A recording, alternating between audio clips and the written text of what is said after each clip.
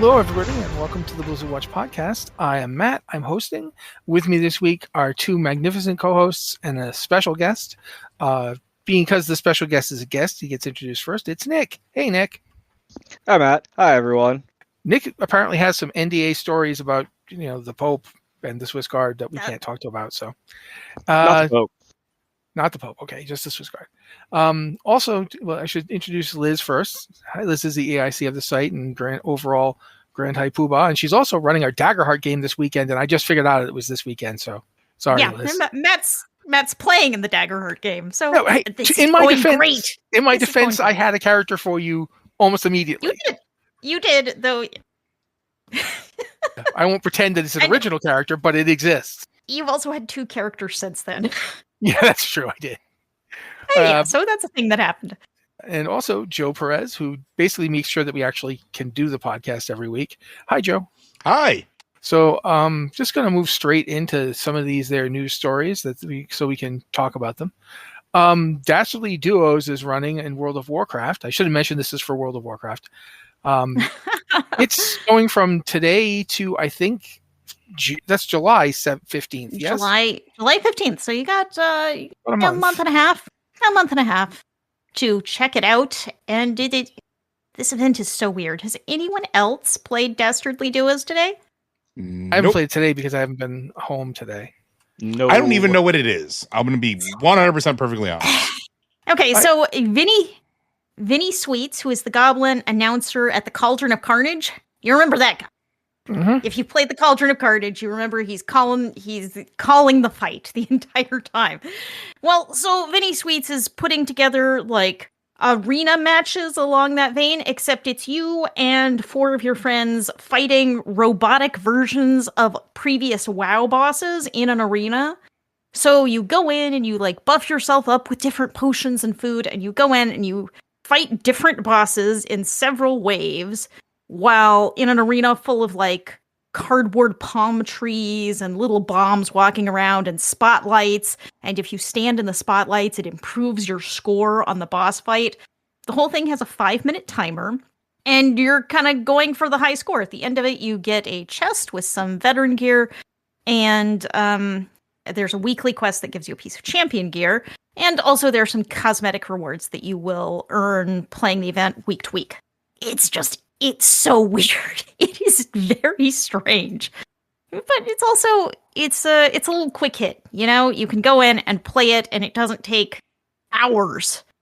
Even the new event in Hallowfall feels kind of like a slog. You go there on the hour, and then you've got to do all of these different stages of this battle that stretches on for 10 or 15 minutes, and is still a little buggy. It still has those moments where sometimes your objectives disappeared, even though the event is still going on.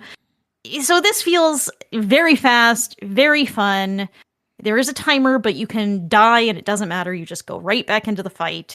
And I've played it with, if you go in alone, you're hooked up with NPCs, just like if you're doing a follower dungeon.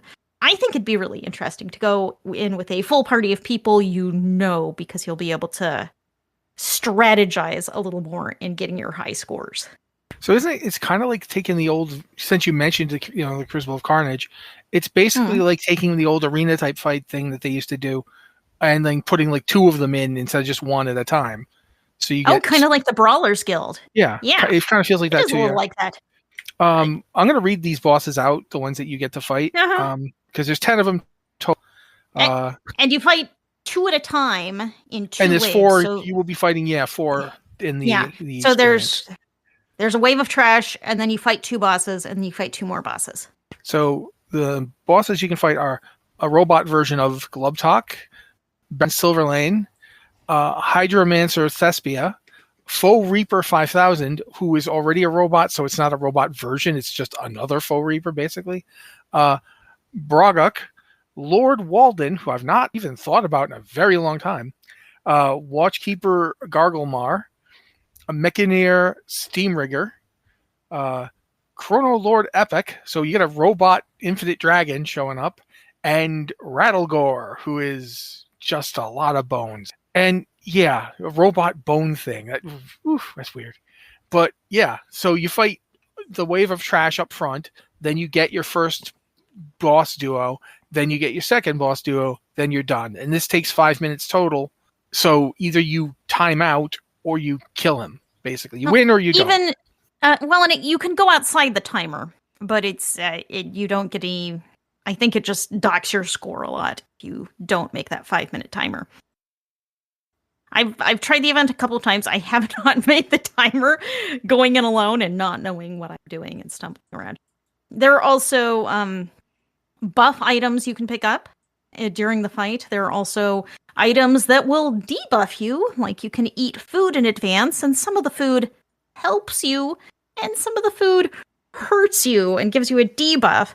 But using the food that gives you a debuff gives you a score multiplier. And frankly, I think the score is just for bragging rights. There's an achievement for getting a high score every week. But I kind of think, this is... If you don't... Maybe the best thing about it is if you aren't into it, you don't have to do it. It's fine. But it's kind of fun. It's a fun thing to do while we're waiting out for the next patch. I also like that they have actual little power-up things that do stuff like add time to the clock. That's kind of neat. You can also, if you go in and there's a banner toy, if you go in and you put the banner toy down, it will just call all of the trash to you immediately instead of having to run around the arena and get trash packs one at a time. Of course, that could result in your imminent death. But, you got good AoE, just go on and do it.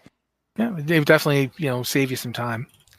Yeah. But yeah, so that's actually pretty cool. Do you get this flying robot head thing? Is that an actual reward you can get?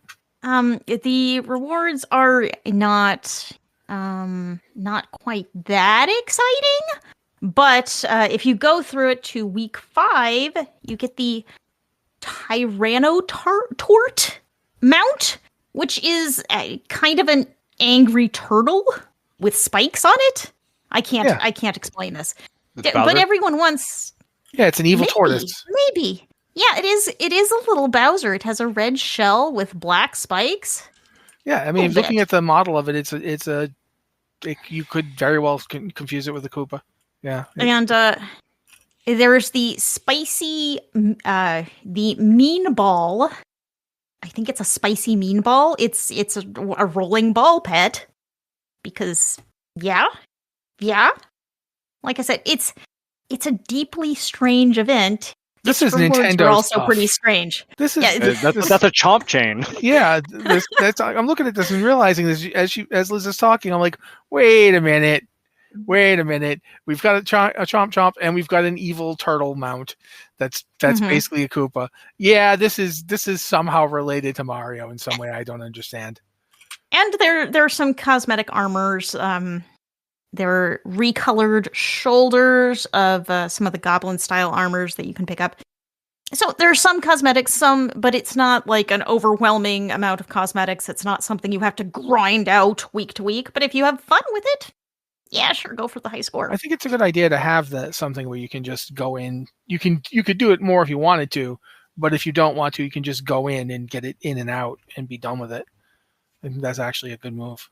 Because sometimes you don't have an hour and a half to do a lot of content. You have half an hour, you pop it on, and you could do this. You could do the Dastardly Duos in that time, and that's pretty useful in my opinion. So yeah, cool. Alrighty then, we should now talk about the release date for patch 11.1.7, which is Legacy of Arathor. That's going to be right now. No, I'm kidding. It's 2 weeks from 2 weeks from the time of recording. Yes. And that's also the amount of time Dastardly Duos last, so it's timed just right for this to be a nice event to kill time until we get another patch and more story and lore walking. Dastardly Duos is July 15th. This is June 17th. Oh, wait! Man, I'm totally disconnected from time. That's it's spreading. That's actually completely normal. Okay, yeah. This is still a great event to kill time. Yeah, I mean, you could just do it just because it's fun. But regardless, June 17th. So what are we getting for this little thing? Well, for one thing, we're going back to the Arathi Highlands. Hey. Yes, and... but there's a story involved. It's not as... Yeah, I just don't like going back to the Arathi Highlands. It's just a personal... There's lore walking is in this patch. I think we're all pretty enthusiastic about lore walking. Yes. Yeah, there in fact was a really nice Lore Watch podcast helmed by Joe over there, talking about what we'd like to see in lore walking and what we might see in the future. So you should watch I think that just went live today, right? Yes. That's going live tomorrow. Going public tomorrow. Patreon got it today. Yes. So if you are listening to this podcast, that Lore Watch is live talking all about lore walking, which I've just said lore a bunch of times in a couple of sentences. Yeah. We're also getting the overcharged delves, right? That's this time. Yes. The overcharged delves, which will also include a customizable belt reward. So that will be interesting. We're getting the return of turbulent timeways, which just means lots and lots and lots and lots and lots of time walking. But the final reward for it is an infinite pirate dragon mount. So, yeah, of course. How can you say no to this guy's face? Yeah, I mean, look at this guy's face. I just assume we're all going to be doing that. This infinite pirate dragon does have a name, but it's the infinite pirate dragon mount. I'm sorry. Yeah, I can't remember your real name. Yeah, I'm a little disappointed that he is not going to show up and take us to the Arathi Highlands as part of why we're going there. But nevertheless, I'm still down for it. And the Greedy Emissary event is showing up, in which we can chase down Diablo-style treasure goblins to earn transmogs and rewards. There's a new set of recolored Tier 2 transmogs. So, transmog. That's all you got to tell me. Yeah, pretty much. The second you said recolored Tier 2, I was like, Done. Yeah. Shoulders? Sign me up. Shoulders like axe blades? Yes. But yeah, so it's a relatively, it's not a major patch. It is not like, the big, but it's a, 11.1.7 does have a fair amount of stuff happening in it. So yeah, that's actually pretty cool. But we have other things to talk about, so we will now look forward to what's in WoW Classic. Apparently we got some Season of Discovery stuff to talk about. It says starting today. So again, as you're listening to this, it's already happened. Players will be getting a 5% buff to their health or healing and damage output when they're raiding the Scarlet Enclave. This will increase by 5% every other week and cap out at 25%. That'll be July 29th when it caps out. So if you guys remember all the way back to when the Sunwell first came out, there was a kind of anti-version of this called the Sunwell Radiance that sort of nerfed everybody's dodge so that you couldn't just have one bear tank everything and never die, because back then in WoW, if a druid was tanking, they would just stack a ridiculous amount of dodge and be practically impossible to hit. This version, I think the first time I experienced this in a raid was in Wrath of the Lich King at the Ice Crown Citadel raid. They did a stacking buff every a couple of weeks, I think. Almost exactly like this as far as I can remember. I don't know if it ever happened before that. Do you guys remember it before Wrath? Like anything like this? Nope. I mean, it's kind of similar. It's kind of similar to the buffs they're giving in Modern WoW lately. Yeah. In the Galagio, as you progress through the rep track, you earn damage and healing buffs, which is kind of a soft nerf to the raid. The longer it's out, it gets a little bit easier. Yeah, by the time it gets up to 25%, it's actually pretty sizable. Yeah. So I've had some thoughts about, once I read this today, because, and this kind of segues into the second point about like the ultimate plans for Season of Discovery. I actually would have liked to see something like this be applied to the open world Scarlet Enclave area in Season of Discovery. And I only say that because raiding is generally niche, more so in WoW Classic, because of just the nature of the raid structure and like how squishy you are by yourself. That on one hand, like I'm not a big raider. The most I ever raided was in a game like Destiny, where it's much smaller, much easier comparatively to wrangle 6 people over 40 or 20 or 10 or whatever. But I bring it up to say a change like this in the open world probably would have benefited more, I think, for overall enjoyment, because, man, I was really stoked like the first week to play Phase 8. And then after that, the want to play went down, because if you don't have a group to go into New Avalon, you are getting immediately smacked by literally 40 NPCs that all hate you. They see that you're not part of the Scarlet Crusade. They'll murder you. The dog murders you. The cook murders you. And not saying that this is the overall or the norm experience, but grouping up is hard. It's hard for raids. It's hard for some content like this because I don't have any of you ever played phase have any of you played Phase 8 at all or watched gameplay of someone doing something in New Avalon? I have not. I have not. It is legitimately just a big street fight. So it sounds like they preserved the whole going to Tyr's Hand back in vanilla was very similar. So. Yeah. But no, I get what you're saying. It would make sense to make it so that you could get stronger over time because after a while, you're going into New Avalon to do various things, and you're just getting attacked by 80 people. It's like I just wanted to get someplace. Did you guys just? Oh no, okay, fine. Yeah, I remember that.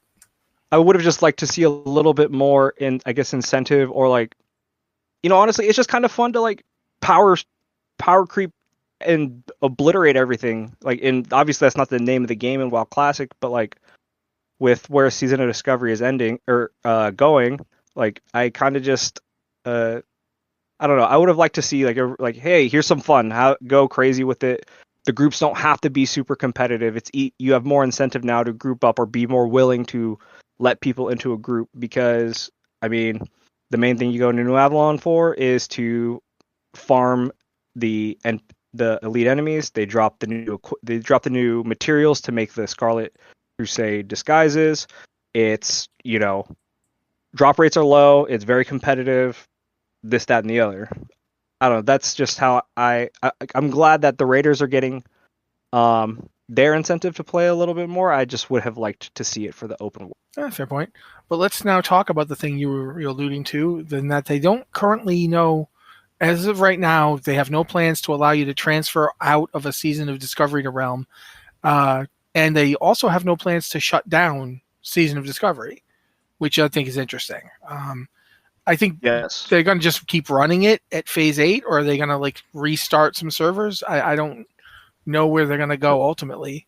But as of right now, no plans to let you transfer off and no plans to shut down the server. So your character will basically, if nothing else happens, if they don't start developing new Seasons of Discovery servers, your character is basically now forever at the point where you've raided Scarlet, the Scarlet, was it Scarlet Enclave? Enclave? I want to say Envoy, and that's not it. You're forever going to be, this is the highest level content you can get. So yeah, I don't know how I feel about that. Honestly, I kind of feel like to a certain degree it should be expected when playing WoW Classic that eventually you will hit a plateau because it's WoW Classic. But on the other hand, the very fact that they have an entirely new raid that never existed before means that they're clearly willing to put in more content. Are we going to see more content after Scarlet Enclave? I don't think so. Certainly they haven't said anything about it, but so it's not a release, but it was just a communication from the forums is that a large majority, this is basically going into maintenance mode for Season of Discovery. And reading between the lines of what the dev team is saying is that Season of Discovery servers are probably just going to stay up as long as there are enough people worth playing to justify it. Their wording is that they hope it goes the way of Classic Era, which is a consistent enough player base that justifies keeping up all these realms. Will we see a consolidation of the realms in the future? Maybe. They're the only one. One of the things that they said about not doing the transfers is because of all the wackiness that they did with the abilities, all the new items. You cannot transfer that into, Classic Era. You cannot transfer that into Cataclysm Classic or what's going to become Mists of Pandaria Classic. It is a self-contained world, so it's an easy choice for when you're looking at it from a development perspective, like, no, like you can't do this. But then it becomes how long do you do it for? And they've pretty much already said that they're working on more classic style content. And I think the bigger question for me that pops up now is the seasons. I don't want to call it an experiment, because we got Season of Mastery, right? Which was lasted maybe almost 2 years, 18 months, somewhere around there. Yeah, and they kept doing like little slight variations on it, but yeah. Yeah, and then Season Discovery was heralded as limited time, or marketed as limited time, and that eventually became a misnomer because it's now going to stay. So I'm curious if they're going to continue with shorter form, classic style content and risk putting in a lot of work that eventually goes away, or if they contribute to yet another variation of the WoW World of Warcraft Hydra. Do either Liz or Joe have anything to say about this before we move on? No? I have nothing to add. Cataclysm Classic Joyous Journey buff is back in the lead up to Mists of Pandaria Classic. That's pretty much self-explanatory to a certain degree. If you don't know, the Joyous Journeys buff is basically it's an XP and faction buff, if I'm not incorrect. I believe it's just a 50% experience buff that will be available up to level 85. Yep. So if you're doing Cataclysm Classic right now, you will be able to get to level 85, which is max level, 50% faster. It won't take as much XP. It's pretty much what it is. And for players who haven't been playing Cataclysm, because maybe Cataclysm isn't your favorite expansion, it'll be quick to catch up, so you can play Mist of Pandaria, which is a fantastic expansion. And of course, we were just talking about Season of Discovery. The Season of Discovery players have an alternate way to catch up for Mists, which is to just not do anything. You have to kill the first boss of the Scarlet Enclave, and then Blizzard will give you a free level 85 character boost, which will be live in time for the Mists of Pandaria pre-patch on the 1st. So yeah, I mean, I will say in Cataclysm's defense, it brought us transmog. And then also had some really good transmog looks. But otherwise, I understand when people are it's not the expansion a lot of people want to play. It's not my favorite. I'll leave it at that. It's not my favorite. However, so yeah, it's got a solid 50% XP boost if you're currently doing Cataclysm Classic. So if you've always wanted to play Mists as if it were brand new, and you don't have a character who's level 85, you can fix that fairly quickly. So yeah, I think that's a good thing to do, quite frankly. And one thing about Mists Classic, one of the great things about the original Classic was that you could go in and play a world that didn't exist anymore in the live game. There are parts of Mist of Pandaria that don't exist anymore because of how Blizzard did phasing in the world. The Veil was destroyed and never came back. So this is going to be the first time we've had an opportunity to revisit that since it actually happened in the game. So I think that's very interesting that this is another way to go back and re-experience something that is no longer in the game world. There's no way to go through the same content anymore. I'm nodding. Why am I nodding? No one can see me. Okay. But we were going to talk about Heroes of the Storm, apparently, because it's getting some stuff. Well, let's not bury the lead. It's the 10-year anniversary of Heroes of the Storm. I didn't get to bury it yet. I was going to not bury it. Jeez. I actually think that the real lead is that all heroes are free to play now until June 15th. This is pretty traditional. They do this, I think, every year for the anniversary. They make everybody free to play, which is good. It is a way, we talked about it before, it's a way to encourage people to play and try new stuff and give it a shot. I also find that this brand new Thrall skin thing is interesting. Like the fact that they made a new skin for Heroes of the Storm character. Well, it's a Mad Max cel-shaded look, apparently. It's even more interesting than just a new skin. Like, yes, it's really cool that they're releasing a really cool new skin, and I think it's absolutely fantastic. It's also in a completely different art style. It's very Mad Maxy, steampunky, as is noted by the text here, but also like does things like replace the wolves with tires, because that's a very, very Mad Maxy thing to do. This is an unreleased skin, or a previously unreleased skin. So this was in the works years ago, probably when, I mean, how old is Fury Road at this point? I think it's about the same, 10 years, give or take ish. Yeah. Fury Road, 10 years. Yeah. So this would have probably been something they were working on at the same time that that movie released, and they just opted to not do it. And they found the concept stuff and then went ahead, and the Classic Games team went and did it. And not only is Thrall getting a new skin, but they're also looking at other unreleased skins from the vault that they could possibly add to the game. Not necessarily just right now, but further down the line as well. So it's not like a one and done. And I can hear Corey screaming from where he is. Because I have the same reaction. It's like, this is exactly what we're talking about. They're making new content, new cosmetic content for the game that's supposed to be dead. Like, the other day, my wife was watching feeding shorts on YouTube, and the Blizzard Watch shorts that you guys have been putting up came up, and I didn't know I was in any of them. You're in a lot of them because you're here and you Guys. talk. I did not know this. So to hear my voice suddenly going, okay, Corey, here, go ahead and talk about Heroes of the Storm for a while and justify your delusions. And I'm like, oh, wow, I mean, ouch. well, That's not nice. So anyway, Corey, if you're hearing me here, I hope that this makes you happy. speaking of happy, I want to hear what Nick was going to say, because I think Nick was starting to say something about it as well. Oh yeah, no, I too was going to make a joke at Corey's expense, which was that I'm convinced that they're feeding off of his and only his desire to bring this game back, and it is specifically to get his hopes up. For what other ultimate endgame, I don't know, but like I have seen how hard he cares about this game, and honestly, it's admirable. I love it when people love the stuff that like to play. Right? Corey and I have spent a lot of hours playing this game together. Trust me. But I honestly feel like Corey is ultimately getting his anima stripped from him like a Reverend Dress character. Maybe. it's but kind of scary. Listen, and no offense, Corey, but if that means we get Heroes of the Storm back in a regular dev cycle, I'm sorry. That's a sacrifice I'm willing to make. Anyway, push him into the machine. But this is not even just like a cheap skin either. I just want to point this out. This isn't like one of the $5 or $8 skins.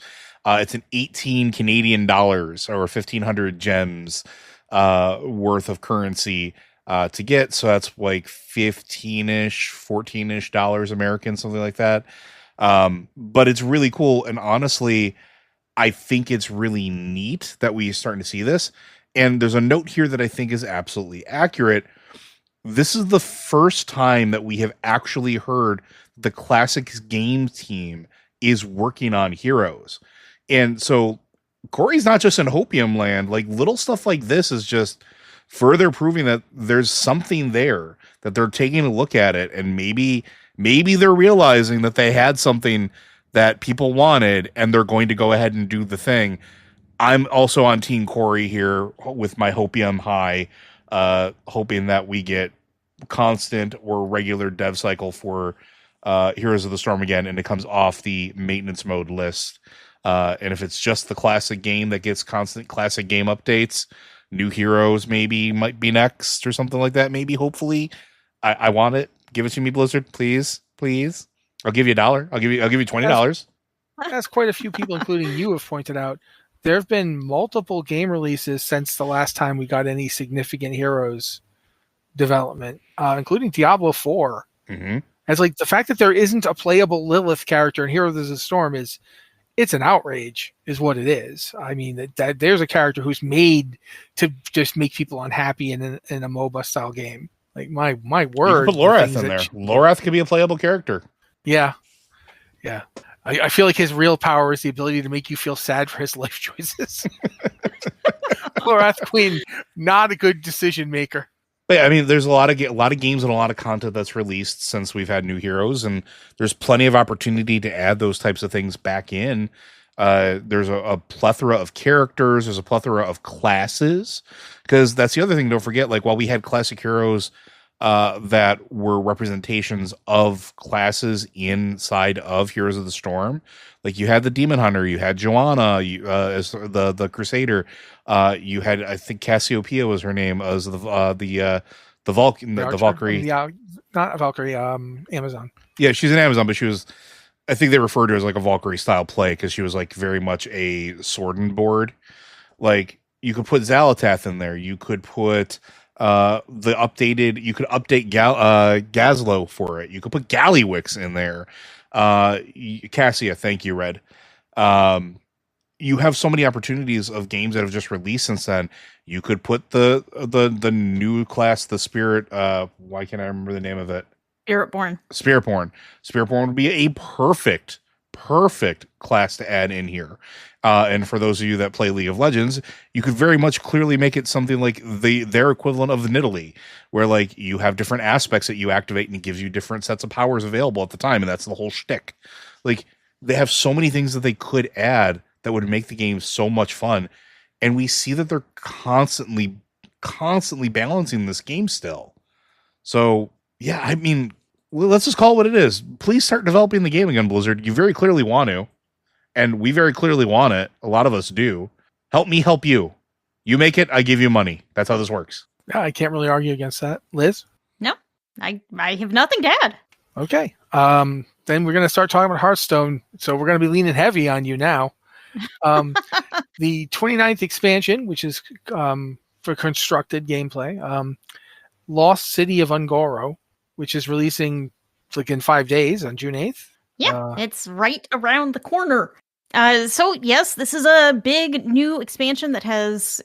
I talk about Hearthstone expansions. They're kind of Hearthstone is a bit on rails. It's every expansion is a lot like the last expansion. We know there can be a bunch of new cards. There's going to be a new theme. I think Hearthstone this year has been really doing a great job on theming. This calls back to the Journey to Ungoro expansion that we got way back in 2017, which is that's a history lesson. 8 years ago. Yeah. Because it's like they say, oh, we're going to the Lost City of Ungoro, and I think, oh, didn't you just do an Ungoro expansion? Come on, Hearthstone. It's like, yeah, they just did an Ungoro expansion 8 years ago. So instead of making us all, age like the guy in Indiana Jones in The Last Crusade, could you maybe tell us about quests? Because quests are back. So tell me about that. Yes, quests are a returning feature. Blizzard has been doing a lot of this, looking back at some of the old mechanics that were added in the past and bringing them back with a more refined design. So quests are 1-cost spells, and if you add them to your deck, you'll always find them in your starting hand. You could mulligan them away, but usually if it's in your deck, you want to have it. You play the spell, and you'll need to perform a certain action that will trigger the spell. So it's a fun little extra. Usually you do something like you might play so many of a certain type of cards or play so many spells. Once you meet that condition, you get something that is very powerful. In the past, we've seen it really dominate gameplay in some ways that weren't always fun. Like if you saw your opponent play a quest the first turn, maybe you're just like, oh no, that's too powerful. I'm just going to concede because I don't want to deal with this. So we'll see how that design plays out when the actual expansion launches next week. But it is a cool mechanic that changes the way the game plays beyond just tossing new cards at it. There are also new kindred keyword, which rewards you if you play a card of the same type. So if you play a card this turn and you played a card of the same type last turn, you get an additional bonus. So like if you play a beast minion and the next turn you play another beast minion that has a kindred keyword on it, it will trigger an extra special effect on the second card. So it rewards synergy and thinking out your turns a little more than you might otherwise. I think it is a great expansion. It has a cool theme. It takes us back to it's reminiscent of Journey to Ungoro, which I think was a very popular expansion that also had a really great theme. It's just fun to go to Ungoro. And you were just talking about new heroes and Heroes of the Storm. Hearthstone has a lot of them. You could add Elise Starsinger, who is the explorer first introduced in Journey to Ungoro, back in this expansion. Reno was introduced in Journey to Ungoro. So you have all of these. Hearthstone has a lot of big characters. that don't get a lot of like stage time in Hearthstone because it's a card game. There's not a lot of stage to give. But these are also characters you could take and toss into Heroes of the Storm, and that could be really fun. That could add a lot of variety. This is a game that I don't think it has anything in Heroes of the Storm because, of course, Hearthstone itself is a spin-off of Warcraft. So, and you have seen things in Hearthstone go to Warcraft, like the League of it's not the League of Explorers. There's something else. But Elise and Reno are currently sitting in Delve's HQ in Dornegal. So they've spread out from Hearthstone and gone into Warcraft. Why not go into Heroes of the Storm too? It's all possible. Yep. I mean, the Tortolans, I don't think they were created for Hearthstone, but they were really first featured in Un'Goro, weren't they? Yes, they made it to Un'Goro in Hearthstone before they made it into World of Warcraft. They might, yeah, I also don't think they were created for Hearthstone and then added to Warcraft, but I think Hearthstone got there first. So that's, there's actually a lot of Un'Goro, a lot of Tortolan not law, geez, it's like a law show, law and turtles. But there's a lot of Tortolan lore in that original Journey to Un'Goro. So yeah, maybe we'll get to see more of that in this time around. As well as Elise, Starseeker, and possibly other characters. What about Arena? Because you were going to tell us about Arena, I think, because you wrote down. Yes. So Arena, a big revamped Hearthstone's Arena mode just went live, and it sort of turns. So Arena is the game's drafting mode, where instead of constructing a deck, you go in and you pay an entrance fee, and you draft a certain number of cards. You build your deck as you go, drafting cards, and then you fight opponents. Now, the big problem with this, of course, is that you could draft really bad cards. You could draft cards that had no synergy with each other. So you might draft a card that requires you to play a lot of dragons, and you get like one dragon through the rest of your drafting. And it's like, this is terrible. I think Arena has always been fun, but it's also it's a bit of a niche mode. Some people play it, some people love it, but it's very frustrating. It's all based on RNG, and you could just get a bunch of bad cards. And since it has an entrance fee, the entrance fee is in gold, which you can earn through gameplay, so it's not like you're dumping cash into it unless you want to. But since there's an entrance fee, it can feel kind of bad to go in and play Arena and just get really bad cards and have nothing you can do about it. So there are a couple of really great things that are coming to Arena that will help you with that. First is that you will get like a pack of cards. Like you can get a not your whole deck. You'll still be drafting. But you'll also get a pack of cards that have some synergy, like a legendary with a few support cards. So you can pick up that and you start building your deck around that. And it's all going to be MMR, which it is. That's how it is now. You're pitted up against people who have won the same or more or less as you are. And you will also be able to let's see. Runs are going to be faster, and you're going to be able to earn enough in a run that you could pay for your next run. So you could just keep going when before it was really difficult to do that without just being way on a winning streak. So, but then there's also an advanced mode of Arena, which is the Underground. That is pretty hardcore. It's more like the current game mode. There's no MMR. You just get set up against anybody. And I don't know if I'm going to play that one. But they're going to be longer runs. It's going to be 12 wins or... I'm not sure how many losses off the top of my head. But if you go into the Underground, you will unlock a special Spectral Ner'zhul skin that you can use for future matches. Because that's what we all want, is to become Ner'zhul, maybe? I can hear Stop cackling as he's taking on Ner'zhul's form to kill the raid. I hear you, Phil. Good. Doesn't everybody want to be Ner'zhul? Things you didn't expect. I didn't any sentence today. So it is a I think it's a big improvement all around. One thing is Hearthstone is also adding Arena back to the main menu of the game. It had been taken out as sort of the kind of an unwanted stepchild of the game. It had been removed from the main menu. But now it is going back, and I believe Tavern Brawls have been removed from the main menu, which is another somewhat neglected game mode. But yeah, I think Arena's going to be a lot of fun. So go in and check it out. It does have an entrance fee of 150 gold, but you can't, if you're playing Hearthstone, you can earn that in game, and it's not too bad. Also, the Battle Pass will have some Tavern Passes on it and a Tavern Pass ticket. That may be the wrong term because there are so many things. You've got your Battle Pass and you have your Tavern Battle. Oh, yeah. You can use that to enter. You can earn those on the Battle Pass and then use that to enter the arena. And that's all live. You can go check it out. Yay. I meant that. I know it didn't sound all that enthusiastic, but I do sincerely mean that. However, I have to now talk about Diablo 3, and I just want to say it's possibly Diablo 3 Season 35. It's got the Pandemonium theme. It's the Eternal Conflict deal again. Pandemonium is one of the most fun season themes because it's just you keep killing stuff, and if you can push the amount of things you kill high enough, really strange things start to happen. So, yes, I know Diablo 3 is a game that's technically in maintenance mode.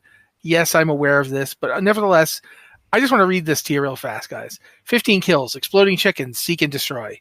30 kills, a wide frost nova freezes enemies. 50 kills, corpses rain from the sky. 100 kills, 5 massive energy twisters are unleashed. 150 kills, dark geysers form beneath enemies. 200 kills, treasure chests fall from the sky.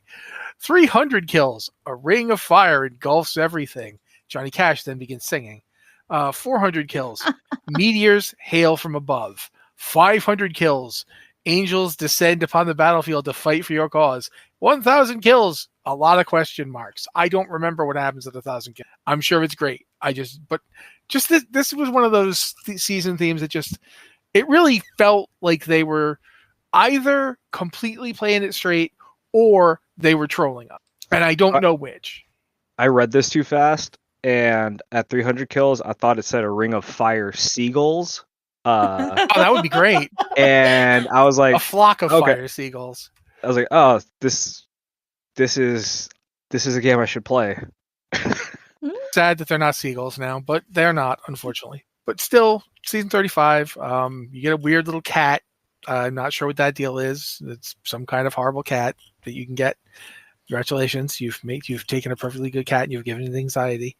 But yeah, I am down for Diablo 3 Season 35 because I'm hoping it will start and then end normally. Because we've had a couple of seasons now. We'll see. We've had a couple of seasons now where that has not been the case. But regardless, I still to this day play Diablo 3. It's one of my favorite games. So yeah, I'm happy to see that they've got stuff going on there. Should also mention the Diablo Immortal 3rd anniversary event. They're going to be running an event through June 19th, so it's probably happening as you're here listening to this. If you're listening to it, yes, it is live. Yep. You get some boss brawls, a free legendary gem, legendary crests, legendary set items, and a Butchie's familiar transmog. I don't know. I don't know what that is. I don't know what that is. But in the description, they say, remember to feed him fresh meat often, which it concerns me. I'm a little worried. Yeah, it's not the kind of thing you usually want to hear about something you're getting for an anniversary, but it's but it is Diablo. This is Diablo, so and it seems to be like actually a lot more and a lot better butcher representation than Diablo 4 managed with its event that it had the butcher in it. If you all remember that weird thing where you would go into a dungeon and the butcher might be there and might be more aggressive than normal, and that was kind of it. You didn't even know, like, there was no real way to understand whether or not he was just there or if it was for the event. So yeah. It sounds like a bunch of really cool events where you're going to, every couple of days, there's a new boss fight to tackle, where it could be the Butcher or Baal or Skarn, who is, I believe, a Diablo Immortal specific boss. Yeah. Or Diablo himself, that you can go in, kill, and murder. Also, I think one really cool thing about this anniversary event is that you just log on and you get the rewards. Which is think also that's very nice, kind of neat. It's kind of neat. Yeah, the 4 you get is the Butcher, Baal, Skarn, and Diablo. Did you already mention that? You mentioned that. Sorry. Yeah. I was just reading it and thinking I should mention this. And I'm like, wait a minute, Liz just did. But regardless, that's cool. We're apparently looking at it for up to the 14th, according to this. So that's when the third boss comes in or something. I think so, yeah. Yeah. So yeah, it will be going right up to the 19th, and that's really cool. So yeah, Diablo. Don't say we never mentioned Diablo Immortal. Quite frankly, if not for its monetization, I'd be playing it right now. Diablo Immortal plays amazingly well on my phone. It plays better than Warcraft Rumble does. That's not saying much, but yeah.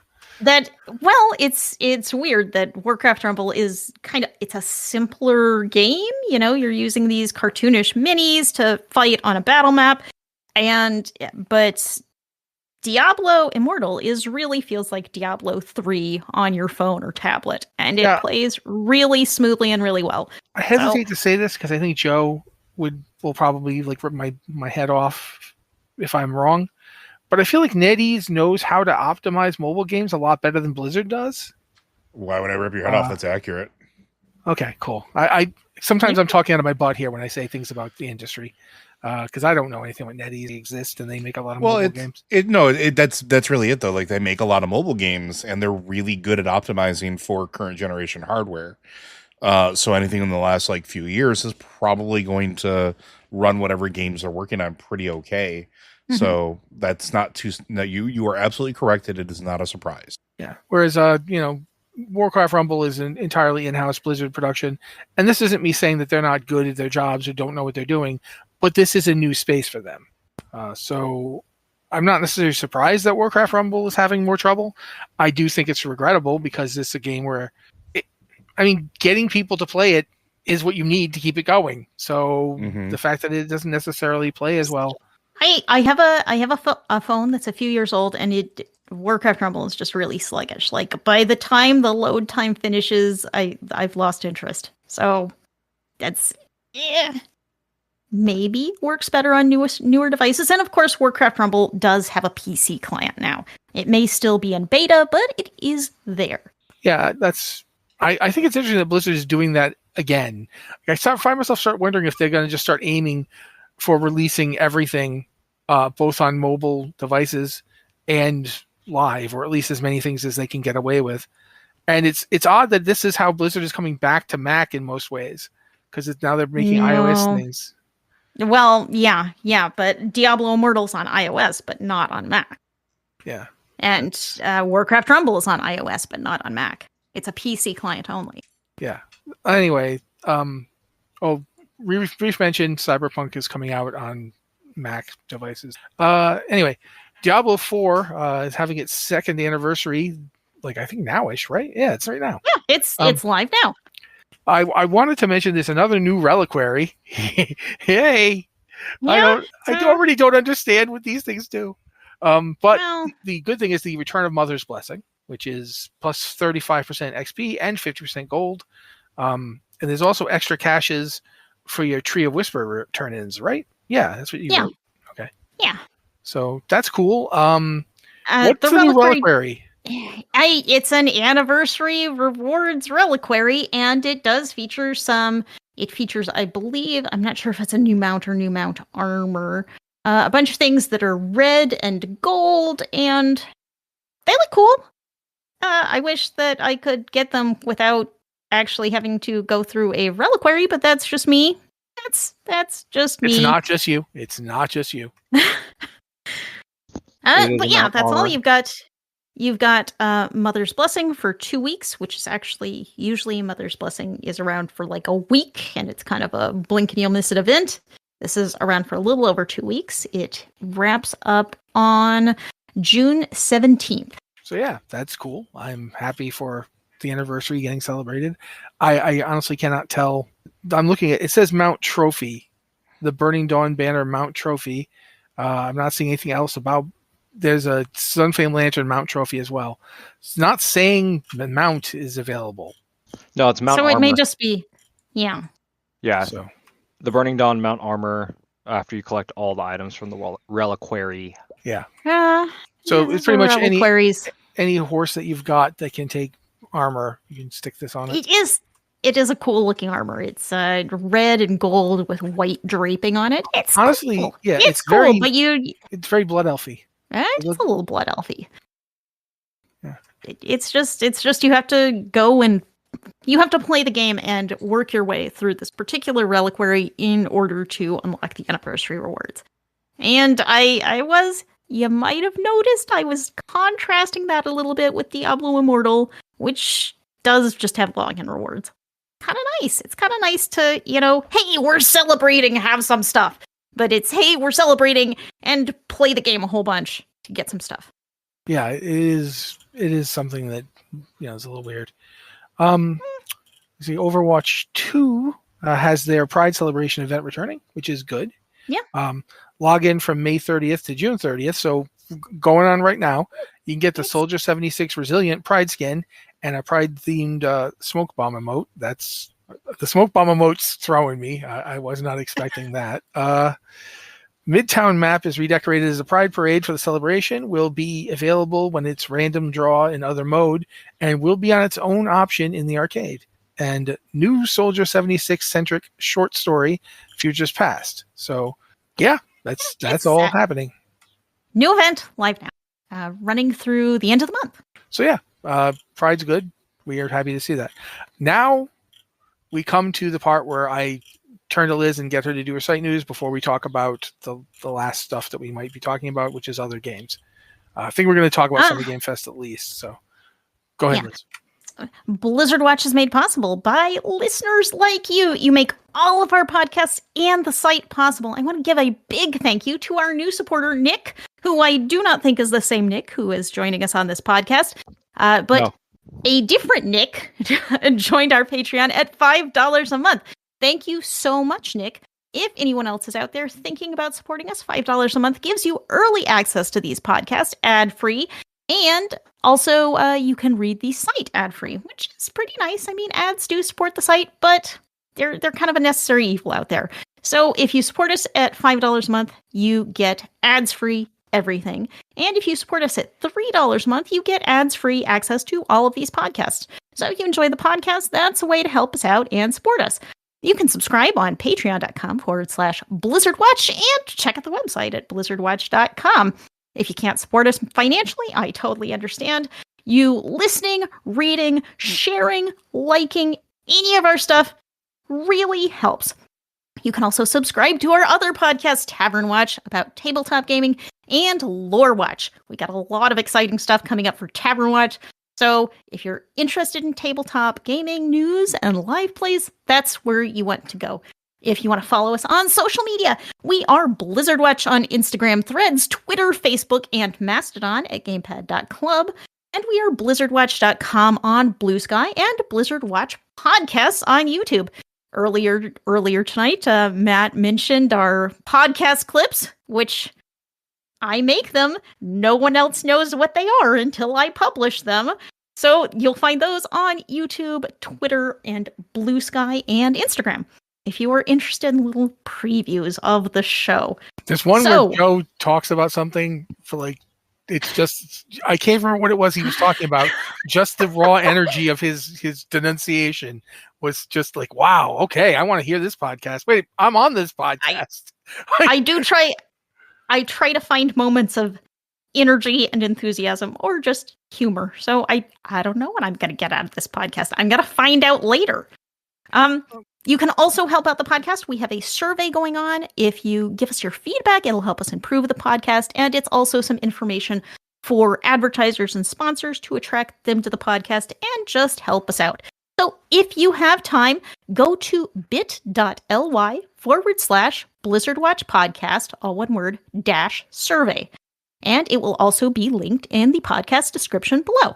So if you can do that, thanks so much. If you can support us on Patreon, thank you so much. If you just like listening, thank you so much. So again, thank you, new supporter Nick. And back to you, Matt. Alrighty. We got about 5 minutes at least because we were a little bit late. I want to talk a little bit about Summer Games Fest. We can't talk a lot about it because it hasn't actually happened yet. It's happening on June 6th. Go ahead, Liz. We'll talk more about it next week. But yeah, the event is coming up. This is the big game event of the summer season. Since we don't have an E3 anymore, it's kind of been replaced by Summer Game Fest and all of the events around Summer Game Fest. Yep. Basically, there's a lot of other stuff than just the Game Fest itself, which is fine. Yeah. But I mean, ultimately, the Summer Game Fest is look at a bunch of trailers. That's what it almost always is, and that's nothing wrong with that. But still, that's what it is. I'm going to read these really fast. There's Day of the Devs, which is June 6th at 7 p.m. They're going to have the more unusual stuff. Basically, there's Wholesome Direct, which is sort of like cozy and kid-friendly games. There's women-led games, also on June 7th. That one's at 1 p.m. Yeah, this is a whole pile of things. You could probably start watching in the afternoon and just keep going. And then there's the LATAM games, which is, that's a lot of very small games. Latin? That's Latin American developers. Yep. So that one, in previous years, it's been a lot of horror games in that showcase. And they've been really interesting, different games. I love these little game showcases because they highlight just so many indie games and so many diverse games. In the big Summer Game Fest event, you get all of these huge blockbuster AAA games. And after a while of watching 2 hours of video game trailers, they kind of start to blur together and look the same. Mm-hmm. So I love all of these little events because they have games that are so different and so oddball. Okay, and then we have one in black here that I'm told this one is for Liz's excitement specifically. Xbox Showcase followed immediately by Outer Worlds Direct, June 8th at 1 p.m. ET. Go ahead and have your Outer Worlds moment if you want to have one, Liz. I mean, Outer Worlds is the game that I am probably most looking forward to this year. I mean, there are lots of other games coming out, but Outer Worlds, I'm going to be buying that and playing it just immediately. I love the Outer Worlds. Outer Worlds 2 is due out sometime this year. Maybe at the event we'll get a release date, and I can talk more about it next week. I should also mention before we move on that Owlcat Games has been doing teasers this week, hinting at them releasing another game announcement. And keep in mind, they already just did a bunch of announcements on Friday, June 6th for their independent IP that they themselves own. So right now we don't know what it is. It's like a weird little video clip about an asteroid in Osiris. But it's the kind of thing they've been doing a lot lately. They confuse you with their announcements, and then you don't know what's going on until the actual announcement. At least it's something. But now, Dune Awakening is coming out on the 5th. And apparently it's launching on the early access on the 5th and launches on the 10th.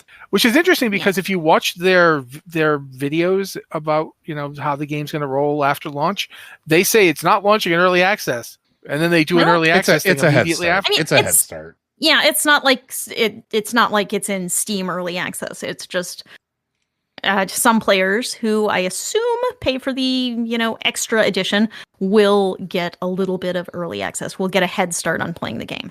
So, Joe and I talked a little bit about it in the pre-show. So I'm going to turn to Joe first. What do you want to talk about it, or So share what we discussed? This is going to be maybe a controversial opinion, but I think them calling it an MMO is pretty generous. Because it's really not. It's Ark. It's Ark Survival with another skin on it, just like Conan Exiles is, which is fine. That's not I'm not saying that's a negative or anything like that.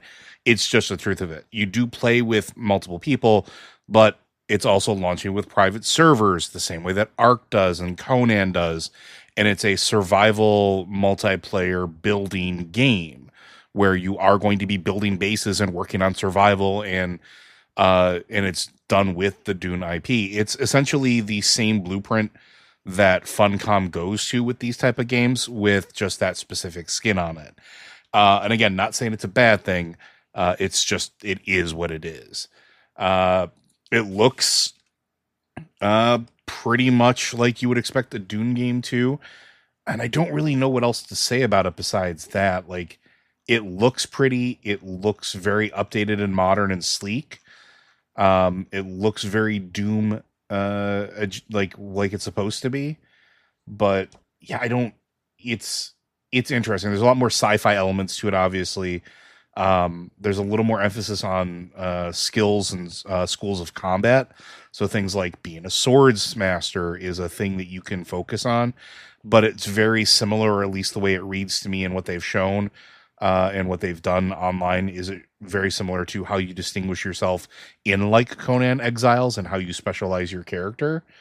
The interesting thing to me is it seems like they're going to be giving you the ability to fly or build flying mechanisms, which is unique to this type of game so far. The other ones that are available don't really have that. So that's kind of cool. And there does seem to be an emphasis on story dungeons, which is something that other games, while they have dungeons or they have specific content, don't really focus on story. They're more about the survival.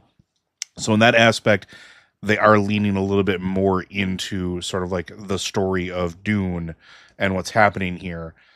So I'll be interested to see what happens after it releases and what their roadmap is going to be, because it's going to follow that same model. It's going to be essentially, I think you buy it and then it's free after that. You don't have to pay a monthly subscription. Yes, I can confirm that. That's one of the things they mentioned in their post-launch stuff. Yeah, and then every time they release something new, you just go and buy it and add it to the mix. And for those of you if you like Dune, this is something to look at. And if you like survival, this is something to look at. If you maybe want to try to tame a worm and ride it through around Arrakis, maybe this is the game for you. But it's interesting. And Matt, I don't know, like, go ahead and jump in here anytime. I want to let Liz talk if she could. This was originally her idea to talk about, so I don't want to like talk too much and rob her of her. No, I just think it's worth pointing out if there's this new quasi MMO coming out, and I mean, this is a big IP. If you're interested in Dune, you might want to check it out. Yep. My only thing about Dune Awakening is that, as like we talked about on the pre-show, which you guys didn't get to hear, unfortunately. We're gonna have to stop doing that. Is that Dune is very hard to adapt because it is simultaneously, it's very, I don't want to use the word seminal, but that is the word that we use. So go ahead and snicker at me if you want. It's a very seminal work in science fiction. It's the first really sincerely environmental story. Like it's really about environmentalism and preservation in a real way. It's kind of a polemic for it in that it argues how and why those things matter. It's also about cyclical violence and how the Sardaukar are the Freemen's future. The Freemen are going that route. They're going to be an army that streaks across the universe. They're going to be fanatics. It's, the only way Paul can see to avoid it is to start taking really weird paths that end up with him as a giant, sandworm. I don't feel like I'm spoiling the Dune novels to point that out. That's out there, guys. I mean, it's been like 50 years. We're good. Yeah.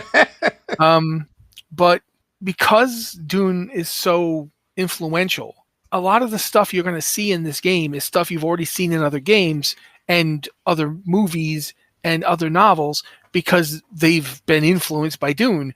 But if you don't know that, it feels like this is a Star Wars ripoff. And that's a line. I think that they're managing to walk it in the art that I've seen.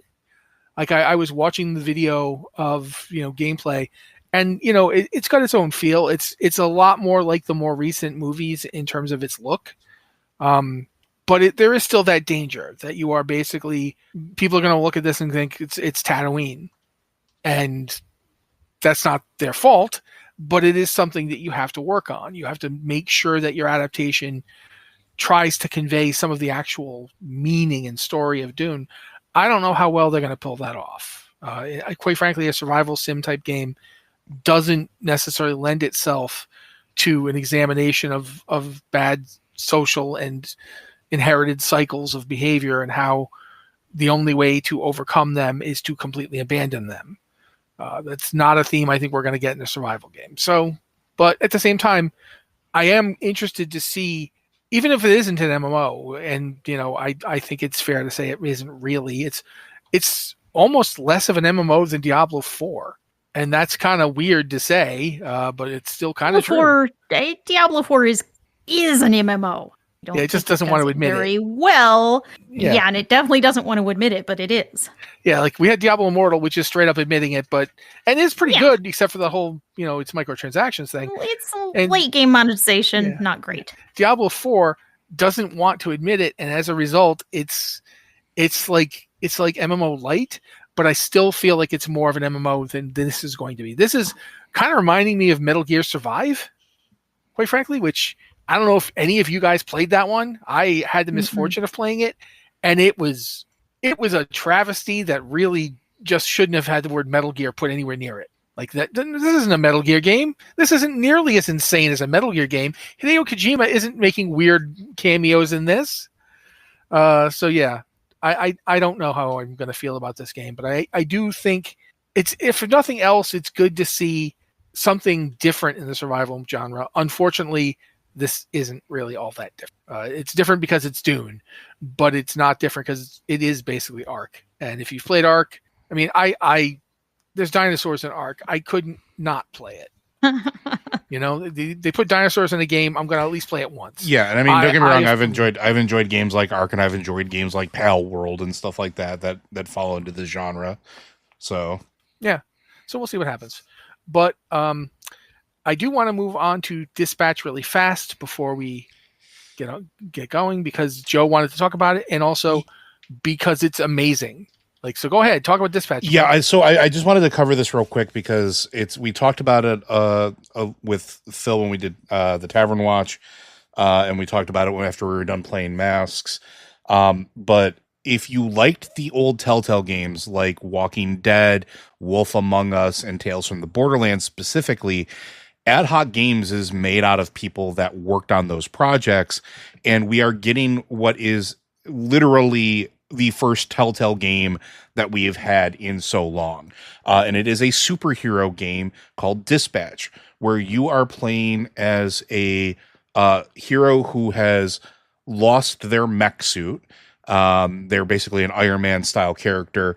And in order to earn it back, you have to basically get a new one. You are working through a dispatch service called SDN, where you take, in this particular case, the role of the dispatcher for the Phoenix program, miscreants or low-level thugs that used to be villains and are now trying to be heroes, and you are managing resources, directing them where to go. And it's all done very cinematically with a very interesting story for all of the characters, literally all of them. And it's very, very well done. The demo is available now and completely blew me away within 5 minutes of booting it up. I am thoroughly impressed. So if you like that style of like visual novel type storytelling with branching paths, and your decisions do change the outcome of what happens, because that is something that does happen here, and you like sort of that cinematic style, then this is absolutely something you should keep on your radar, because I think it's going to be a smash hit, and it's a day one purchase for me. Yeah, and plus it's just nice to see the people who were basically really messed over by the fall of that company falling apart and Telltale being gone. A lot of people were put out of work, and it was really bad. So it's good to see a lot of them coming back and getting to do a game like this. It does also look like a game I'd be really interested in. The trailer is just amazing. Like, it's a really great trailer. And can we also just take a moment to and I'm not going to harp on this because I know we're running out of time and people got to go, but their voice acting cast is absolutely stacked. I mean, they got Jeffrey Wright, Laura Bailey, Matt Mercer, Aaron Paul, Travis Willingham. Like, they've got a bunch of like big name voice actors, and people who have made a bunch of content like joining on for this project. It is not a no budget indie game, fully voiced, fully voice acted, fully animated. Like, it is good. But I think at that point we're gonna wrap it up, because we've got a lot more we could talk about, but we are also running out of time, which is unfortunate, because the indie games are something I think we're all pretty happy about, and there's a lot of that coming next week when we talk about Game Fest. So keep that in mind. This has been the Blizzard Watch podcast. Thank you to Nick for being a guest. Thank you for having me. And also thank you, of course, to Liz for compiling this list of stuff. And basically remembering that I had the help. Outer Worlds. Yeah, I had of course help. you had help, but you remembered that the Outer Worlds 2 is coming out soon, and that we might find out this week, and that makes me happy because I like the Outer Worlds. And thank you to Joe for one thing, remembering to mention Dispatch, because that game has really got me excited. I am very happy about Dispatch. But this has been the Blizzard Watch Podcast. Thank you guys so much for being here, and we'll be back next week.